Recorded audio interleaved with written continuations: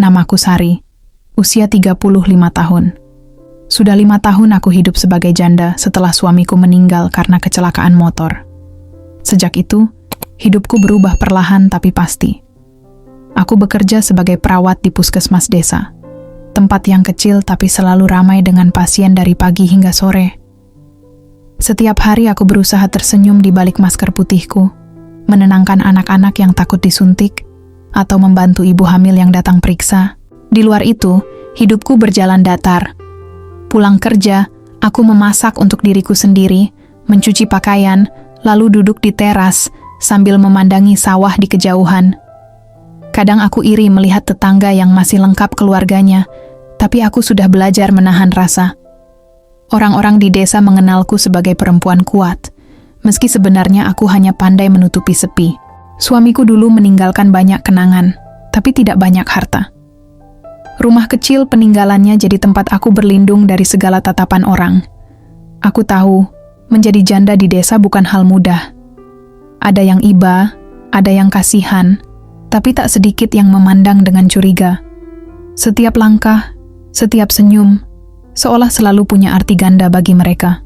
Suatu pagi, datang seorang perawat baru di puskesmas, namanya Dimas. Usianya lebih muda dariku, ramah dan cepat akrab dengan semua orang.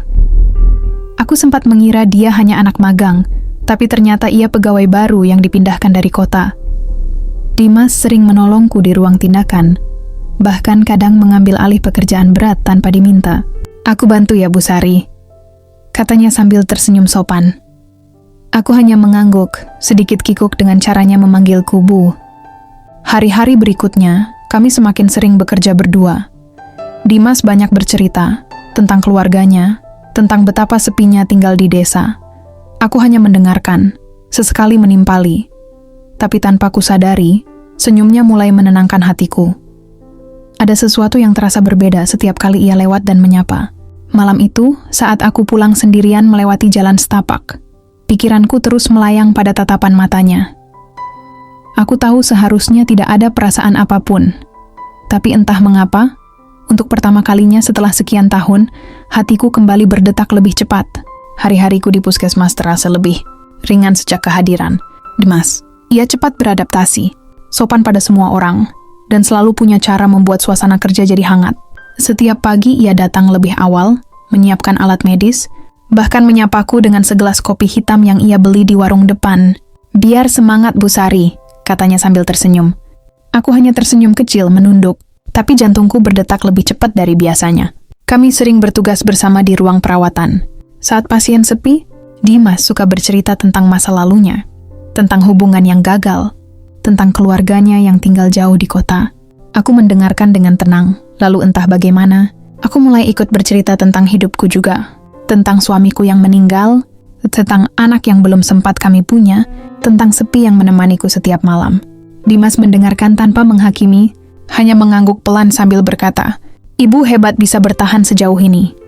Kalimat sederhana itu terasa hangat, menembus dinding tebal yang selama ini kubangun. Namun di desa kecil seperti ini, setiap kedekatan mudah jadi bahan omongan. Suatu siang, saat aku mengambil obat di gudang, dua rekan kerja terdengar berbisik. "Bu Sari kok makin akrab ya sama perawat baru itu?" "Iya, sering pulang bareng juga katanya." Aku terdiam di balik pintu, dada terasa sesak. Sejak hari itu aku mulai menjaga jarak, tapi Dimas sadar ada yang berubah. "Apa aku salah, Bu?" tanyanya saat kami menyiapkan alat suntik. Aku ingin menjelaskan tapi sulit mencari kata yang tepat.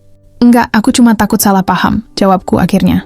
Ia menatapku lama, lalu berkata pelan, "Kadang kita nggak perlu takut selama niatnya baik." Kalimat itu terus terngiang sampai malam. Aku tahu Dimas tulus, tapi aku juga tahu bagaimana dunia ini bekerja. Sekali rumor tersebar, sulit untuk dihentikan. Namun anehnya, di tengah kekhawatiran itu, ada bagian kecil dari hatiku yang justru tak ingin jarak ini benar-benar ada. Sejak desas-desus itu menyebar, suasana puskesmas tidak lagi sama. Beberapa rekan mulai menjaga jarak, dan sapaan ramah yang dulu biasa ku dengar, kini berubah jadi tatapan penuh tanda tanya. Aku tetap bekerja seperti biasa, tapi di dalam hati ada rasa tidak nyaman yang sulit kuabaikan. Suatu pagi, kepala puskesmas memanggilku ke ruangannya. Nada bicaranya sopan, tapi aku bisa menangkap maksud di balik kata-katanya. Bu Sari, saya harap bisa lebih menjaga sikap di tempat kerja. Di desa ini, hal kecil bisa jadi besar kalau salah paham. Aku hanya mengangguk, mencoba menahan air mata. Setelah keluar dari ruangan itu, aku melihat Dimas berdiri di ujung koridor. Wajahnya penuh tanya. Aku hanya menggeleng pelan. Ia paham tanpa perlu penjelasan. Sejak saat itu, Dimas tak lagi menjemput atau membawakan kopi. Kami tetap bekerja sama, tapi dengan jarak yang tak terlihat. Namun anehnya, justru di tengah jarak itu, aku semakin menyadari betapa besar tempatnya dalam pikiranku. Setiap kali ia lewat tanpa menyapa, ada bagian dari diriku yang terasa kosong. Suatu sore, aku menemukan Dimas duduk sendirian di belakang puskesmas, menatap sawah yang menguning. Aku minta maaf, Bu, katanya pelan tanpa menatapku. Sepertinya kehadiranku malah bikin ibu susah. Aku ingin berkata bahwa tidak ada yang perlu disesali, tapi lidahku keluh. Angin sore berhembus pelan, membawa aroma tanah basah dan suara jangkrik dari kejauhan. Kami duduk lama tanpa banyak bicara. Malamnya, aku menatap bayangan diri di cermin kamar. Di balik wajah yang terlihat tenang, aku tahu ada hati yang mulai goyah. Aku bertanya pada diri sendiri, apakah aku sungguh menyukai Dimas, atau hanya mencari sosok yang bisa mengisi kesepian panjang yang tak pernah selesai? Aku tak punya jawabannya. Yang aku tahu, besok pagi aku tetap harus datang ke puskesmas, mengenakan seragam putih, dan berpura-pura tidak terjadi apa-apa. Meski dalam hati, semuanya sudah berbeda. Waktu berjalan pelan tapi pasti. Hubunganku dengan Dimas kini hanya sebatas rekan kerja.